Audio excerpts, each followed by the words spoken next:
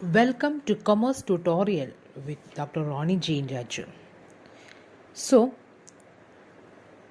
ഈ വീഡിയോയിൽ നമ്മൾ ഡിസ്കസ് ചെയ്യാൻ വേണ്ടി പോകുന്നത് what are the different types of contract, classification of contract. Normally contract നമുക്ക് 3 രീതിയിലാണ് കോൺട്രാക്റ്റിനെ ക്ലാസിഫൈ ചെയ്തിരിക്കുന്നത്. ഒന്ന്, classification based on legal effect. 2, classification based on performance. 3, classification based on formation of the contract.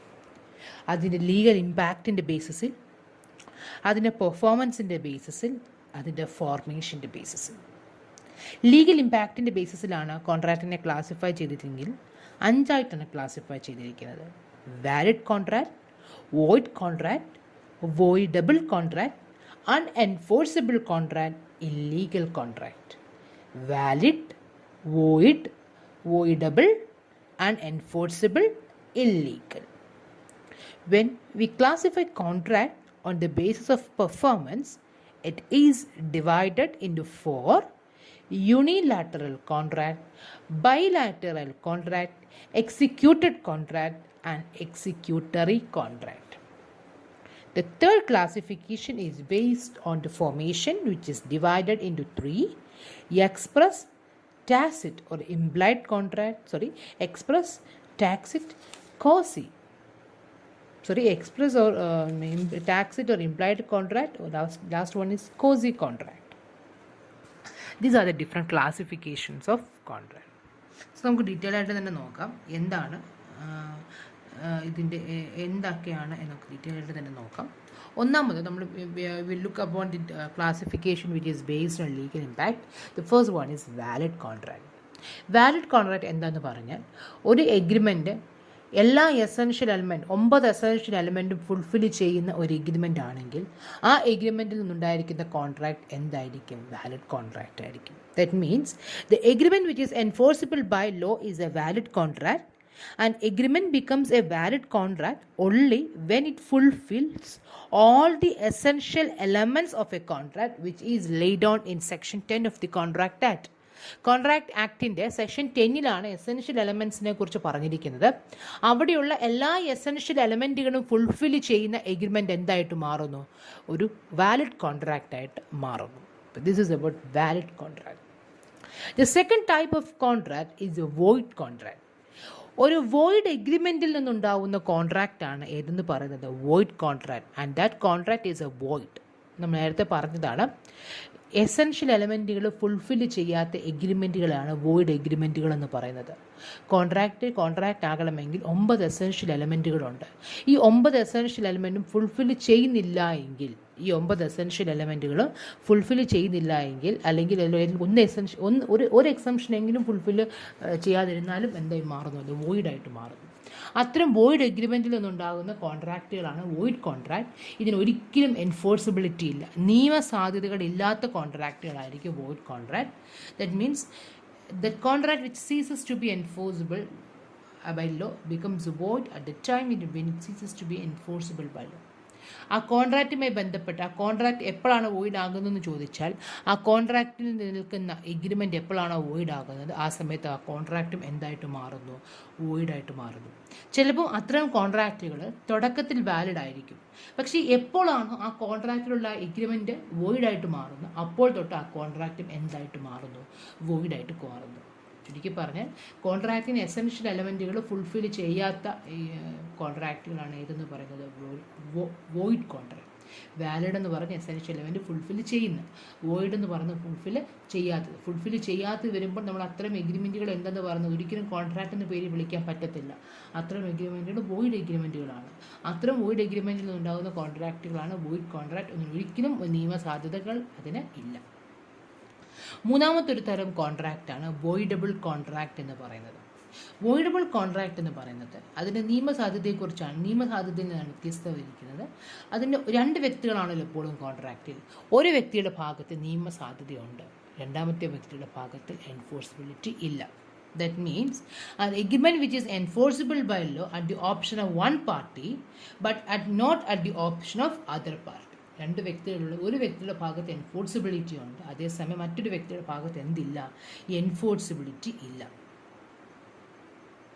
Example പറയുവാണെങ്കിൽ നമുക്കറിയാം contract നമ്മൾ പറഞ്ഞാണ് free കൺസെൻറ്റിൻ്റെ case നമ്മൾ പറഞ്ഞതാണ്.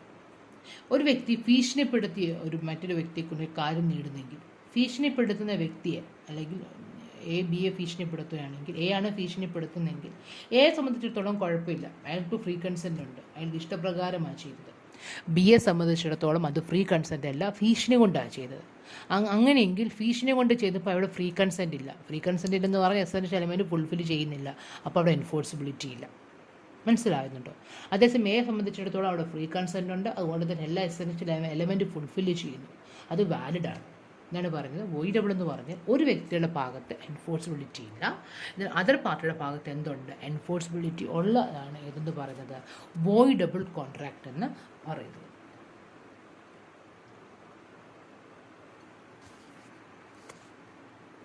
മറ്റൊരു കോൺട്രാക്റ്റ് ഉണ്ട് അൺഎൻഫോഴ്സിബിൾ കോൺട്രാക്ട്. ഈ ഇത്തരം കോൺട്രാക്റ്റിൻ്റെ പ്രത്യേകത ഇവിടെ എൻഫോഴ്സിബിലിറ്റി ഇല്ല. എന്തുകൊണ്ടാണ് എൻഫോഴ്സിബിലിറ്റി ഇല്ലാത്തതെന്ന് ചോദിച്ചാൽ ചില ടെക്നിക്കൽ ഡിഫക്റ്റുകൾ കാരണം, that means because of some technical defects or like ഇപ്പോൾ എന്തെങ്കിലും സ്റ്റാമ്പ് ഇല്ലാതെ വരിക, അല്ലെങ്കിൽ മിസ്റ്റേക്കുകളല്ലാതെ ഇപ്പം റൈറ്റിംഗ് മിസ്റ്റേക്കുകൾ വരിക, ഇങ്ങനെയുള്ള സമയത്ത് ടെക്നിക്കൽ ഡിഫക്റ്റ് കൊണ്ട് ഒരു എൻഫോഴ്സിബിലിറ്റി നഷ്ടപ്പെട്ടാൽ അത്തരം കോൺട്രാക്റ്റുകൾ വിളിക്കുന്ന പേരാണ് unenforceable contract. For example stamp വേണമെന്നുള്ള കാര്യം നിർബന്ധമാണ്, ഇപ്പോൾ സ്റ്റാമ്പ് ഇല്ലെങ്കിൽ ടെക്നിക്കൽ ഡിഫക്റ്റ് ആണ്, ആ സമയത്ത് ആ കോൺട്രാക്ട് എന്തായിട്ട് മാറുന്നു, അൺഎൻഫോഴ്സിബിൾ കോൺട്രാക്റ്റായിട്ട് എഗ്രിമെൻറ്റുകളായിട്ട് മാറുന്നു. അടുത്തതാണ് ഇല്ലീഗൽ കോൺട്രാക്റ്റ് എന്ന് പറയുന്നത്. ക്രിമിനൽ നേച്ചറിൽപ്പെട്ട കാര്യങ്ങൾ ചെയ്യുക, അല്ലെങ്കിൽ ഇമ്മോറലായിട്ടുള്ള കാര്യങ്ങൾ, പബ്ലിക് പോളിസിക്ക് എതിരായിട്ടുള്ള കാര്യങ്ങൾ ചെയ്യുക, ഇതെല്ലാം അത്തരം എഗ്രിമെൻറ്റുകൾ എന്താണ്, ഇല്ലീഗൽ എഗ്രിമെൻ്റ് ആണ്. ഒരു ഇല്ലീഗൽ എഗ്രിമെൻറ്റിൽ ഉണ്ടാകുന്ന കോൺട്രാക്റ്റ് എപ്പോഴും എന്ത് തന്നെയായിരിക്കും, ഇല്ലീഗൽ കോൺട്രാക്റ്റ് ആണ്, അതെപ്പോഴും വോയിഡ് ആയിരിക്കും. അപ്പോൾ എന്താണ് ഇല്ലീഗൽ കോൺട്രാക്ട്? ക്രിമിനൽ നേച്ചറിൽപ്പെടുന്ന കാര്യങ്ങൾ, ഇമ്മോറലായിട്ടുള്ള പബ്ലിക് പോളിസിക്ക് എതിരായിട്ടുള്ളൊരു കാര്യം ചെയ്യുന്ന എഗ്രിമെൻറ്റുകളാണ് ഇല്ലീഗൽ എഗ്രിമെൻറ്റ്. ഇല്ലീഗൽ എഗ്രിമെൻറ്റിൽ നിന്നുണ്ടാകുന്ന കോൺട്രാക്റ്റാണ് ഇല്ലീഗൽ കോൺട്രാക്ട്. അതെപ്പോഴും എന്തായി മാറുന്നു, വോയിഡാണ്. കാരണം അവിടെ എസെൻഷ്യൽ എലമെൻറ്റ് ഇല്ലല്ലോ. അപ്പോൾ ഒരു കാര്യം ഓർക്കുക, വാലിഡ് എന്ന് പറഞ്ഞാൽ എസെൻഷ്യൽ എലമെൻറ്റുകൾ ഫുൾഫിൽ ചെയ്യുന്നത്, വോയിഡ് എന്ന് പറയുന്നത് എസെൻഷ്യൽ എലമെൻറ്റ് ഫുൾഫിൽ ചെയ്യാത്തത്. വോയിഡബിൾ എന്ന് പറയുന്നത് ഒരു വ്യക്തിയുടെ ഭാഗത്ത് എൻഫോഴ്സിബിലിറ്റി ഉണ്ട്, മറ്റൊരു വ്യക്തിയുടെ ഭാഗത്ത് എൻഫോഴ്സിബിലിറ്റി ഇല്ല. അതായത് ഒരു വ്യക്തിയുടെ ഭാഗത്ത് എല്ലാ എസെൻഷ്യൽ എലമെൻറ്റും ഫുൾഫിൽ ചെയ്യുന്നുണ്ട്, മറ്റേ വ്യക്തി എസെൻഷ്യൽ എലമെൻറ്റ് ഫുൾഫിൽ ചെയ്യുന്നില്ല. അൺഎൻഫോഴ്സിബിൾ എന്ന് പറഞ്ഞാൽ ടെക്നിക്കൽ ഡിഫക്റ്റ് കൊണ്ട് എൻഫോഴ്സിബിലിറ്റി നഷ്ടപ്പെട്ടത്. ഇല്ലീഗൽ കോൺട്രാക്റ്റ് എന്ന് പറഞ്ഞാൽ ക്രിമിനൽ നേച്ചറിൽപ്പെടുന്ന ഇമ്മോറലായിട്ടുള്ള പബ്ലിക് പോളിസിക്ക് എതിരായിട്ടുള്ള കാര്യങ്ങൾ ചെയ്യുന്നതാണ് ഏതെന്ന് പറയുന്നത് ഇല്ലീഗൽ കോൺട്രാക്റ്റ് എന്ന് പറയുന്നത്. So this is A classification which is based on the basis of legal impact. അടുത്തതെന്ന് പറയുന്നത് പെർഫോമൻസിൻ്റെ ബേസിസിൽ എങ്ങനെയാണ് കോൺട്രാക്റ്റിനെ ഡിവൈഡ് ചെയ്തിരിക്കുന്നത് നോക്കാം. It is divided into 4: unilateral, bilateral, executed, executory. Unilateral എന്ന് പറഞ്ഞാൽ ഒരു വ്യക്തി അയാളുടെ, രണ്ട് വ്യക്തികളാണല്ലോ കോൺട്രാക്റ്റിൽ, അതിൽ ഒരു വ്യക്തി അയാളുടെ ഭാഗം ചെയ്ത് കഴിഞ്ഞു, മറ്റൊരു വ്യക്തി ചെയ്യാൻ കിടപ്പുണ്ട്. That means it is a one which one party has to fulfill his obligation at the time of formation of the contract, whereas the other party have fulfilled his obligation at the time of contract or before the contract comes into existence. ഒരു contract നിലവിൽ വരുന്നതിന് മുമ്പ് അല്ലെങ്കിൽ കോൺട്രാക്റ്റുമായി ബന്ധപ്പെട്ട സമയത്ത് ഒരു വ്യക്തി have already fulfilled, already അയാളുടെ ഭാഗത്തുള്ള അയാളുടെ കാര്യം അവർ ചെയ്ത് കഴിഞ്ഞു, പക്ഷേ മറ്റേ വ്യക്തി എന്തുണ്ട്, ചെയ്യാൻ കിടപ്പുണ്ട്. അങ്ങനെയെങ്കിൽ അത് യൂണിലാറ്ററൽ ആണ് എന്ന് പറഞ്ഞ് ഒരു വ്യക്തി ചെയ്ത് കഴിഞ്ഞല്ലോ, കോൺട്രാക്റ്റിൽപ്പെട്ട കാര്യങ്ങൾ ചെയ്ത് കഴിഞ്ഞെങ്കിൽ, പെർഫോം ചെയ്ത് കഴിഞ്ഞിട്ടുണ്ടെങ്കിൽ മറ്റൊരു വ്യക്തി പെർഫോം ചെയ്ത് തുടങ്ങിയിട്ടില്ല. അങ്ങനെയെങ്കിൽ അത്തരം കോൺട്രാക്റ്റുകൾ നമുക്ക് യൂണിലാറ്ററൽ കോൺട്രാക്റ്റ് എന്ന് വിളിക്കാം. ബൈലാറ്ററൽ എന്താണെന്ന് ചോദിച്ചാൽ രണ്ട് വ്യക്തികളും അവരവരുടെ ഒബ്ലിഗേഷൻ ചെയ്തിട്ടില്ല എങ്കിൽ അത് ബൈലാറ്ററൽ. ഇപ്പോൾ യൂണിലാറ്ററൽ എന്ന് പറഞ്ഞാൽ ഒരു വ്യക്തി അവരുടെ ഒബ്ലിഗേഷൻ ചെയ്തു, പക്ഷേ മറ്റേ വ്യക്തി ഒബ്ലിഗേഷൻ ചെയ്തിട്ടില്ല. ബൈലാറ്ററൽ എന്ന് പറഞ്ഞാൽ രണ്ട് വ്യക്തികളും അവരവരുടെ ഒബ്ലിഗേഷൻ ചെയ്തിട്ടില്ല എങ്കിൽ ബൈലാറ്ററൽ.